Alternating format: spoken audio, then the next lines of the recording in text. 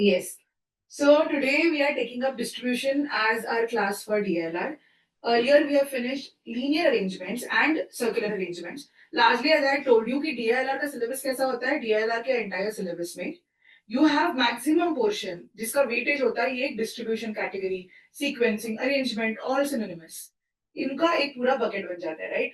We saw this earlier also कि 70% of your syllabus, ठीक है, is basically this entire bucket of distribution.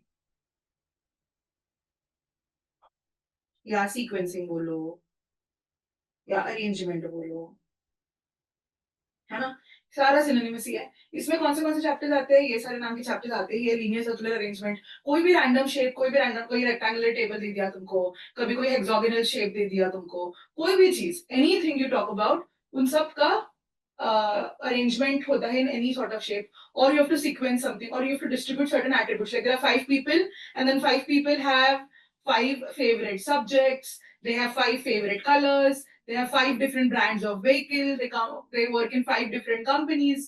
तो ये सारी चीजें क्या है, you're basically distributing. What are you distributing? You're distributing your entire like all these attributes to those people, है ना. तो वो tabular distribution हो जाता है. That also is part of it. And then a really important part is quants based reasoning. Quants based reasoning ये एक zone है जो अभी increase हो रहा है over the last 4-5 years, where you see a lot of questions on those. पहले क्या होता था ना, 5-6 years back, you would have these questions that I just said, they were all part of LR, and उसको छोड़ के logical reasoning, उसको छोड़ के DI आता था. As it is graphs आते थे, graphs को पढ़ना होता था. In this entire bucket of this thing DI, there would be just charts. They would give you 6 sets आते थे, 6 में से 2 या 1 पक्का DI का है ना. तो ऐसे होता था कि there another branch is DI. अब ये 70% में नहीं करती. Another branch is your DI. And third branch was Venn diagram, roots and networks. ये miscellaneous chapters है. Set theory, Venn diagram, set theory एक ही हो गया. Roots and networks, cubes, right? This is another bucket, right? So these were 3 buckets earlier. अब how is the syllabus progressing? Syllabus अभी ऐसे progress हो रहा है कि उन्होंने ये पूछना बंद कर दिया, ये पूछना ऑलमोस्ट बंद कर दिया. ऐसे directly Venn diagram, routes and networks के सवाल नहीं आते, और वो डीआई और डिस्ट्रीब्यूशन को मिक्स करने लगे with 2 concepts called quants based reasoning. Quants based reasoning is basically DI based LR, and this as LR based DI. क्या होता है दोनों का डिफरेंस? मैं हर क्लास इस चीज से स्टार्ट इसलिए करती हूँ बिकॉज ये चीज क्या होता है ना, कोई भी एग्जाम क्रैक करने से पहले हमें सिलेबस पूरा और एग्जामिनर का माइंडसेट पूरा हमारे ऐसे जहन में होना चाहिए. Why? So that it helps us to know how to prepare, right? What to expect, what to pay more attention on, right? So DI based LR मतलब उन्होंने क्या कर दिया, अभी लॉजिकल रीजनिंग का पूरा बकेट बताया मैंने कि there are attributes and you have to arrange them, you have to distribute them, you have to form teams, you have to form groups, whatever, whatsoever, right? So all of these things are there. But now let's say जो हमने 5 people and 5 attributes हमने देखा था, favorite color, favorite, ये सब है, ये distribution हो गया. अब let's say the clues that are given to you are not related to these attributes but related to numbers. Like instead of saying कि वो 5 लोग हैं और वो 5 लोगों के 5 favorite colors, 5 companies that they work in, 5 brands of cars that they have, उसकी जगह पे बोल दिया कि उनका हाउस नंबर है, ठीक है, उनका एज है, ठीक है, उनका सैलरी है. So what happened is all of these are numbers now, and instead of giving you direct clues, they have given some mathematical relation between the clues. So क्या बन गया, DI based LR बन गया. Sequence ही करना है, distribute ही करना है, but numbers को करना है अभी. Not words, not different variables, but numbers. That quant based reasoning is just that. It feels very heavy. बच्चों को लगता है कि भाई ये मैथ्स का है, और यही से ट्रैप है. उन्होंने डीआई पूछना बंद करके क्वांट बेस्ड रीजनिंग करना शुरू किया, और वो ट्रैप लगने लगा, बट वो कुछ नहीं है. वो बेसिक मैथ्स को यूज करके डिस्ट्रीब्यूशन करना है. It's DI based LR. And DI को नॉचअप कैसे किया? Instead of giving you direct graphs, they started giving you clues. तो पहले क्या होता था कि ग्राफ दे देते थे, डेटा दे देते थे, और अभी ग्राफ को इंटरप्रेट करके आंसर करना है. अब ये सेम करना है, बट उसके ऊपर एक और लेयर है कि डायरेक्ट ग्राफ में डायरेक्ट डेटा नहीं दिया, उन्होंने क्लूज दिए. वो क्लूज को हेल्प से, लॉजिकल रीजनिंग में क्लूज होते हैं, वो क्लूज के हेल्प से पहला हमें डेटा डिराइव करना है, फिर डेटा से हमें आंसर देना है, right? So that becomes LR based DI. That instead of data given to you, you have to use logical reasoning to interpret the data, to derive the data. And once you have the data, you interpret the data to answer the questions. So these are the 2 new buckets जिसपे बहुत focus है, ठीक है? So do we understand the syllabus का overview? Overall, है ना, है ना, गुड, वेरी गुड। तो इसी हिसाब से हम हमारे फोकस एरियाज रखेंगे। First because 70% including this also it basically marks to 70% of the syllabus. That is why we focus on this. हमने पहले arrangement किया है ना, और arrangement के हमने कुछ steps सीखे. I always tell you that first we always know the introductory condition.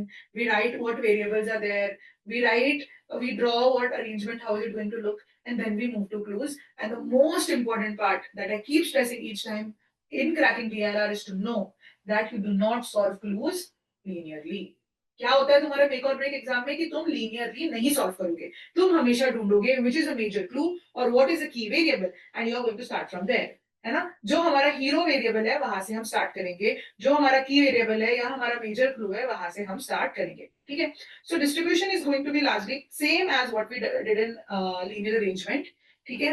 बस इसमें थोड़ा वहां पे लाइन और सर्कल ज्यादा था लीनियर सर्कुलर अरेंजमेंट में, यहाँ पे थोड़े और वेराइटी ऑफ क्वेश्चंस आएंगे। Similar kind of steps will follow and as we always do in all chapters, हम हमेशा बेसिक से पहले स्टार्ट करते हैं सो दैट हमारे स्टेप्स और हमारा अप्रोच पहले स्ट्रांग हो जाए, and once our approach is strong then we start implementing it on higher level sides. Alright, so are we all ready to start distribution? Let me know, are we all ready? Yeah we are starting distribution. Easy sets first, है ना। You can show me with thumbs ups, you can show me with messages on the private chat. Good. Chalo, all right. So let us do a very basic set first. Karo ye.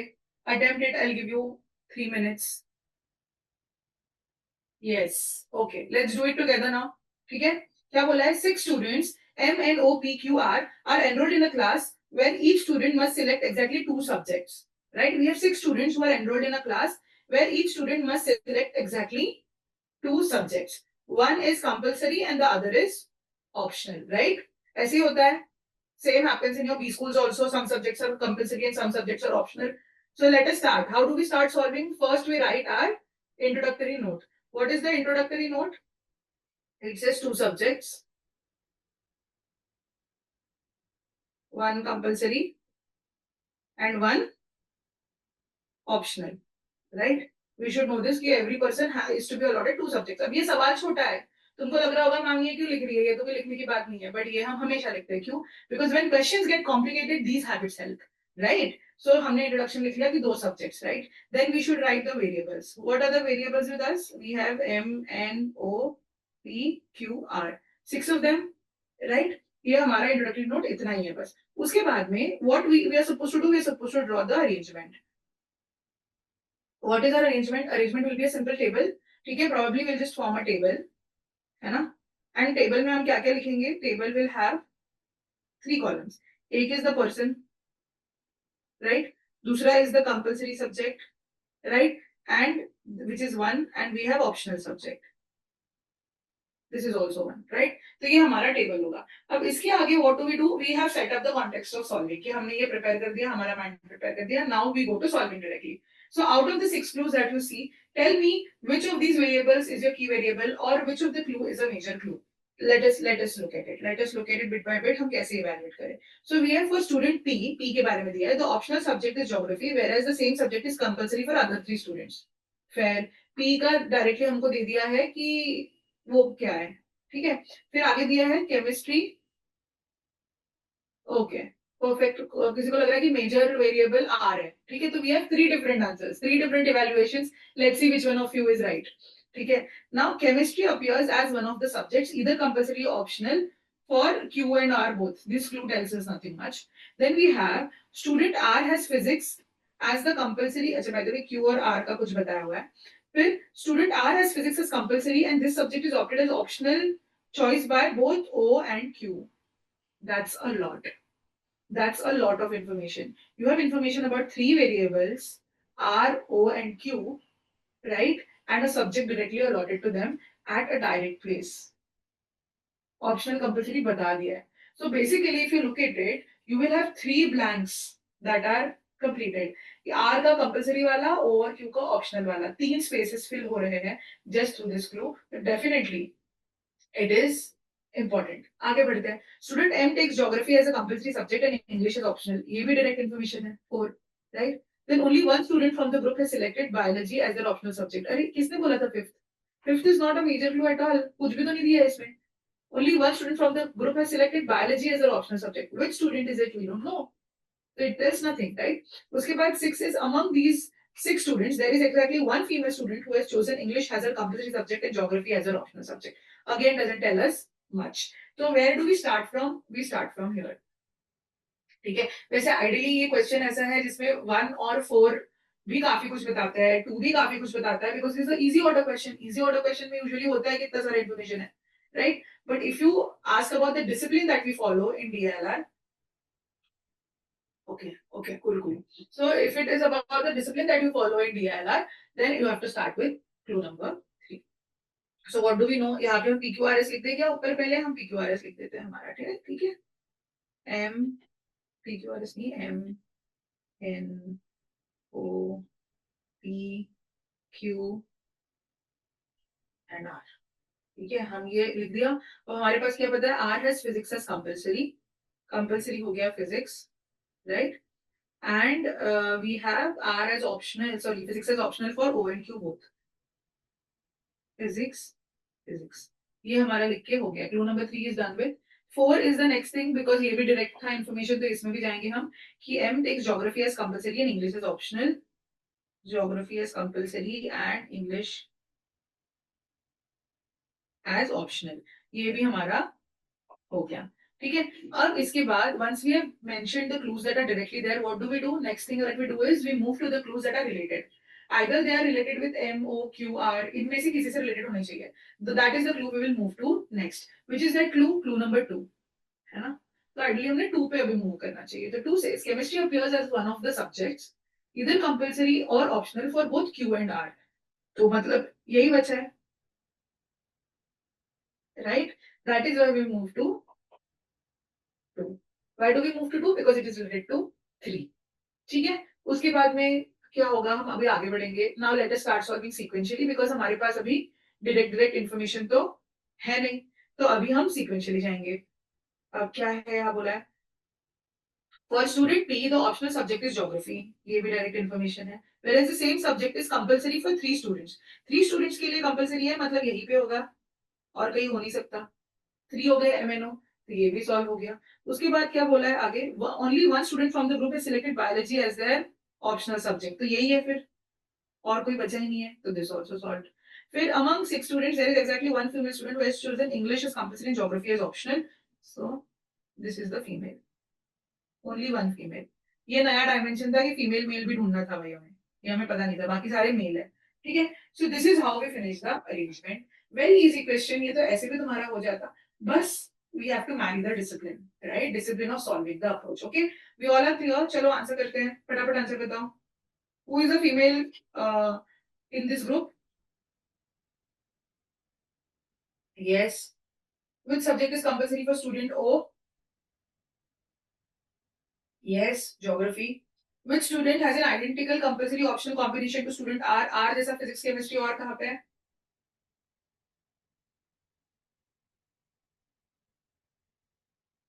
R जैसा physics chemistry identical compulsory slash optional combination. None of the above. किसी के पास है क्या? Very good. If we ignore which subject is compulsory and which is optional, who shares the same pair of subjects? Pair of subjects देखना है. As R Q. Very good. फिर which group of students has geography as their compulsory subject? M, N and O. Sorted. Easy है. Very good. Very good. चलो अभी let us move ahead. ये मुझे फटाफट करके दिखाओ. Another easy question.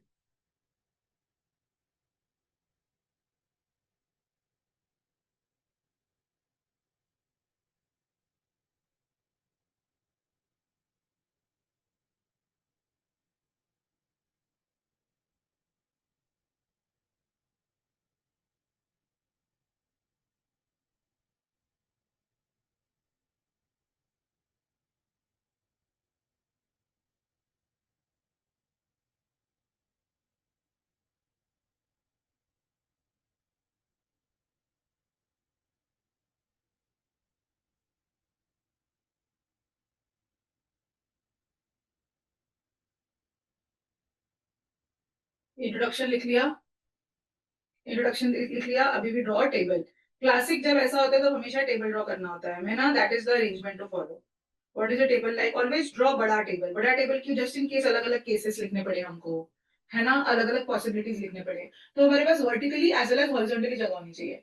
तो इसलिए हम बड़ा बड़ा टेबल निकालते हैं, हम छोटा सा टेबल नहीं निकालते। इससे भी बड़ा निकाल सकते हो तुम। और अब मुझे सवाल भी पूछना है, पढ़ना है और ये भी करना है, इसलिए मैंने निकाला। Otherwise I usually draw very big tables, because when the question gets complicated there is a possibility कि तुम्हें बहुत सारे केसेस लेने पड़े, है ना। तो वो केसेस की सारी जगह अगर हम वहीं पे टेबल में बनाते तो बढ़िया होगा, right? That's why I draw big table. Horizontally, vertically, every cell has space. ठीक है, तो ये क्या हो गया? Very good.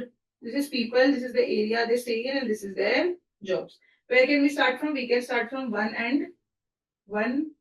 and 4 because that is where you have direct information. ये मैं लोगों का नाम लिख लेती हूँ एक बार। B, P, N, S and R, right? Straight forward दिया हुआ है हमें कि भक्ति बैंक एम्प्लॉय है और अंधेरी में रहती है, तो अंधेरी गई, भक्ति गई, बैंक एम्प्लॉय गई। फिर टीचर शांति, शांति कौन है? टीचर है।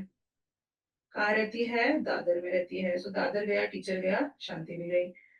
फिर आगे क्या होगा? आगे कोई रिलेटेड क्लूज वाला कोई कॉन्सेप्ट है नहीं यहाँ पे, फंडा तो हम सिंपल सॉल्व करेंगे सीक्वेंशियली। कि नीति के पास बुक शॉप है, तो नीति का बुक शॉप गया, ठीक है। और वो दादर में नहीं रहती है, तो ऑब्वियस है। देखो अब क्या होता कि ये तो भी ऑब्वियस हो गया। क्यों ऑब्वियस हो गया? क्योंकि हमने फोर्थ क्लू ऑलरेडी लिख दिया है। अगर हमने फोर्थ क्लू नहीं लिखा होता और हम 1 के बाद 2 पे जाते तो हमको लगता है ये इन्फॉर्मेशन है। अभी तो हमें पता है ये इन्फॉर्मेशन नहीं है। This is the importance of doing things sequentially. फिर उसके बाद रतीज house in Kurla, she is not a guide. if she is not a guide, what is left? Actor is left, so you could directly place it. You could directly place. Why? Because your bhakti shanti and niti ka profession is done. Otherwise again you would have just said not guide, again stressing the importance of the guide। एक ही आया, right? फिर तुम्हारा S R भी हो गया, P और N का ही बचा है। गाइड स्टेज इन बोरवली, तो गाइड हो गई बोरवली, तो एक ही एरिया बचा है Mulund. Again the benefit of writing this down is you can directly cross and check. ठीक है, दिस इज योर आंसर। अच्छा, गाइड डज नॉट स्टे है क्या? सॉरी, हाँ, guide does not stay in Borivali, तो ये उल्टा करता हूँ, एंड मुलुंड। सही है, हो गया। This is the benefit of writing it this way. चलो आंसर करो अभी।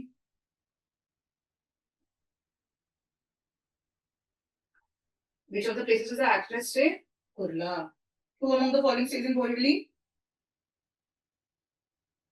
Mrs. Neeti. What is the occupation of Mrs. Preeti? Guide है. Who is the actress?